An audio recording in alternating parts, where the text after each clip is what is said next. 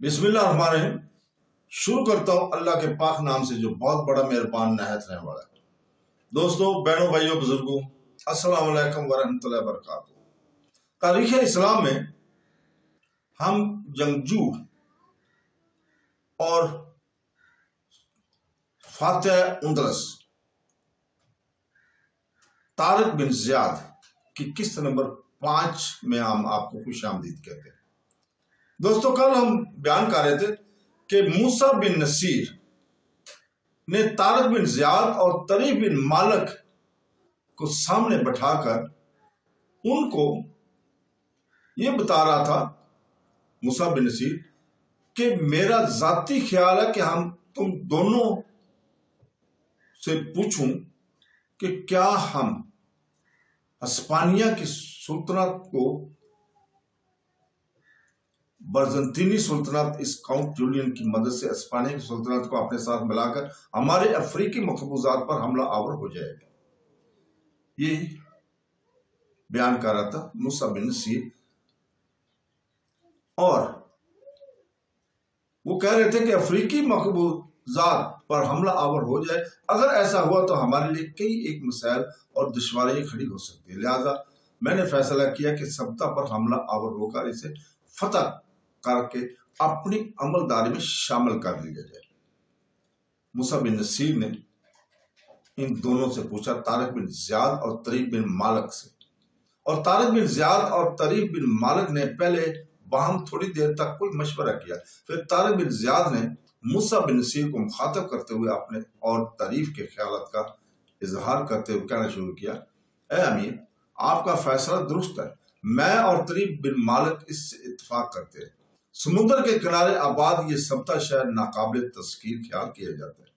ماضی میں بہت سے حکمرانوں نے اسے اپنے سامنے زیر اور مغلوب کرنے کی کوشش کی تھی، لیکن کسی کو بھی کامیابی حاصل نہ ہوئی تھی۔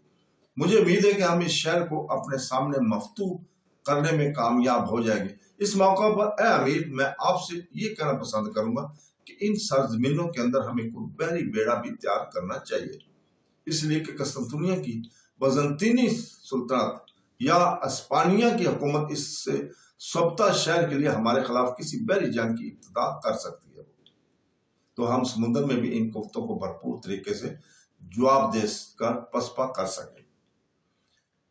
طارق بن زیاد کا جواب سن کر موسیٰ بن نصیر نے مسکراتے ہوئے کہا، اے ابن زیاد، تمہارا خیال بہت عمدہ اور تمہارا مشورہ انتہائی مناسب ہے۔ میں خود ارادہ رکھتا ہوں کہ ان سرزمینوں کے اندر ہمارا اپنا کوئی بحری بیڑا ہونا چاہیے، اور اس بحری بیڑے کو ہم کرتانجانا کی قدیم بندرگاہ پر پاٹوشنش کی خلیج میں رکھ سکتے ہیں، اور بہتر طور پر ہم وہاں کی حفاظت بھی کر سکتے ہیں۔ بہرحال یہ اب بات کا معاملہ ہے، تم دونوں اپنے لشکر کے ساتھ تھوڑی دیر آرام کر لو، اس کے بعد یہاں سے سبتا کی طرف کوچ کر ہوگا۔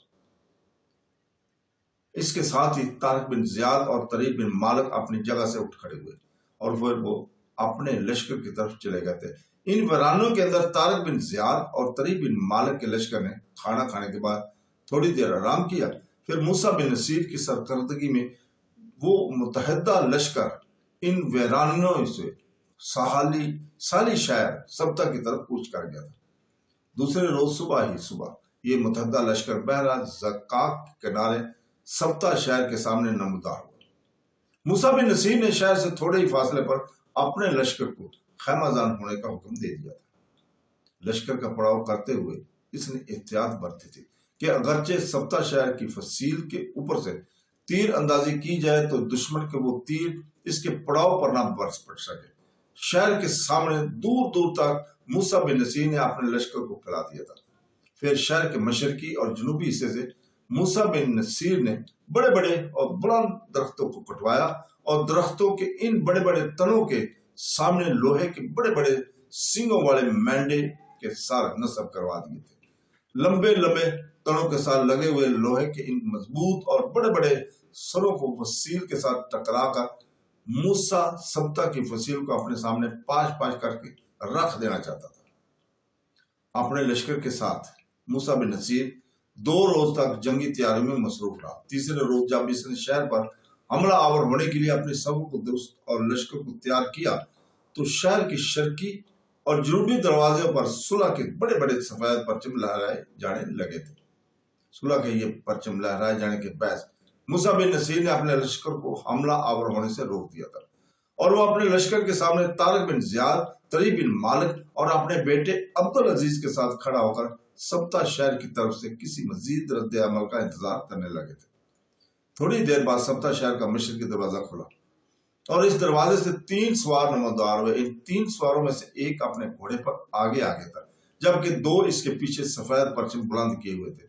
ان تینوں میں سے آگے والا اپنا چہرے سے کوئی پادری لگتا تھا، اور اس نے اپنے گلے میں ایک بہت بڑی سنہری سلیب ڈال رکھی تھی۔ موسیٰ بن نصیر، طارق بن زیاد، طری بن مالک اور عبدالعزیز کے پاس آ کر وہ تینوں سوار رک گئے، اور ان میں سے جو پادری تھا اس نے ان سب کو مخاطب کرتے ہوئے کہا، میں سبتہ شہر کا اسقف طولوس ہوں۔ میں سبتہ شہر کے حاکم کاؤنٹ جولین کی طرف سے آیا ہوں، اور میں مسلمانوں کے جرنیل موسیٰ بن نصیر سے ملنا چاہتا ہوں۔ سبتہ کے اس طولوس کے اس انکشاف پر موسیٰ بن نصیر دیر تک اس کو اور اس کے دونوں ساتھی کو دیکھتا رہا۔ پھر اس نے نرم اور شفقت آمیز لہجے میں اس پادری کو مخاطب کرتے ہوئے کہنا شروع کیا، میں موسیٰ بن نصیر ہوں۔ تو تم اپنے حاکم کاؤنٹ جولین سے کیا پیغام لے کر آئے ہو؟ موسیٰ بن نصیر کا یہ جواب سن کر سبتہ شہر کا اسقف طولوس فوراً اپنے گھوڑے سے اتر کر کھڑا ہوا۔ اس کے دونوں ساتھیوں نے بھی نیچے اتر کر سفید علم زمین میں گاڑ دیے تھے۔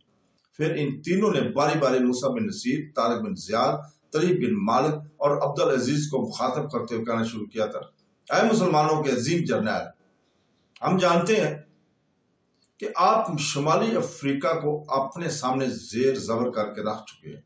آپ نے افریقہ کے اندر بزنطینیوں کے سب سے بڑے مرکز کرتانجا کو بھی فتح کر لیا ہے، لہذا سبتہ شہر آپ کی عسکری طاقت اور قوت کا مقابلہ نہیں کر سکتا۔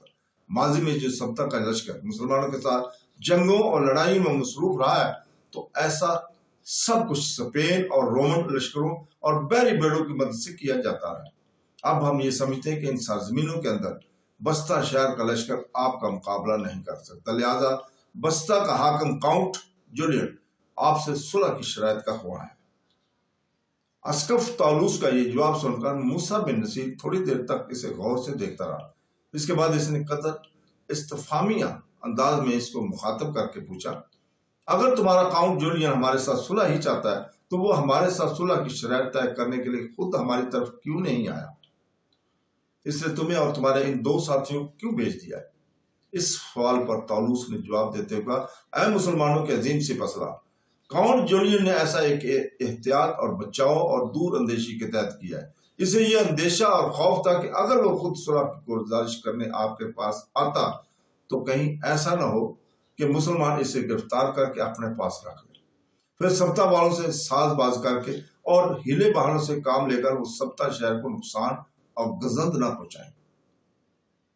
اسقف طولوس کے جواب پر موسیٰ بن نصیر نے کسی قدر ناراضگی اور برہمی کا اظہار کرتے ہوئے کہا، اے محترم طولوس، میری قوم نے کبھی ایسا بھیانک اور کریا کھیل نہیں کھیلا، اور نہ ہی اس قسم کے واقعات میری قوم کی تاریخ میں پائے جاتے۔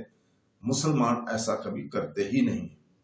سبتہ کا حاکم کاؤنٹ جولین اگر ہمارے ساتھ جنگ نہیں کرنا چاہتا اور شہر سے صلح کا خواہاں اور متمنی ہے تو اسے خود ہمارے پاس حاضر ہونا چاہیے اور ہمارے ساتھ بات چیت کر کے صلح کی شرائط طے کرنی چاہیے۔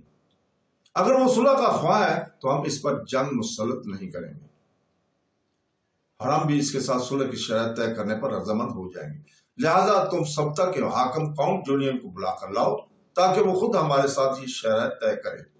موسیٰ بن نصیر کے جواب پر اسقف طولوس حرکت میں آیا اور اپنے دونوں ساتھیوں کو مخاطب کرتے ہوئے کہا، میں یہیں رکتا ہوں، تم دونوں واپس جاؤ اور کاؤنٹ جولین کو اپنے ساتھ لے کر آؤ۔ اسے یہ بھی یقین دلائی کراؤ کہ اسے مسلمانوں کی طرف سے کسی قسم کا خدشہ اور خطرہ نہیں ہے، لہذا وہ بے دھڑک ہو کر شہر سے باہر نکلے اور مسلمانوں کے ساتھ صلح کی شرط طے کرے۔ اس سے یہ بھی یقین دلاؤ کہ ماضی میں اس کی جنگیں جو مسلمانوں کے ساتھ ہوئی تھی، اس سے متعلق اسے کوئی بات پرس نہ کی جائے گی۔ اسقف طولوس کا یہ حکم پا کر وہ دونوں محافظ واپس چلے گئے تھے۔ اس موقع پر موسیٰ بن نصیر نے اپنے بیٹے عبدالعزیز کی طرف دیکھتے ہوئے کہا، عبدالعزیز میرے بیٹے، یہاں لشکر کے سامنے ایک خیمہ نصب کراؤ۔ جس میں بیٹھ کر ہم اس تالوس اور سبتا کے حاکم کاؤنٹ جولین کے ساتھ صلح کی شرائط طے کر سکیں۔ تو دوستو، بہنوں، بھائیوں، بزرگوں، ہم یہیں پہ رکتے ہیں۔ کل انشاءاللہ تعالیٰ اگلی قسط نمبر 6 میں اس سے آگے کا بیان کریں گے کہ کیسے وہ صلح کی تکمیل ہوئی تھی۔ تو دوستو، کل تک کی اجازت، اللہ حافظ۔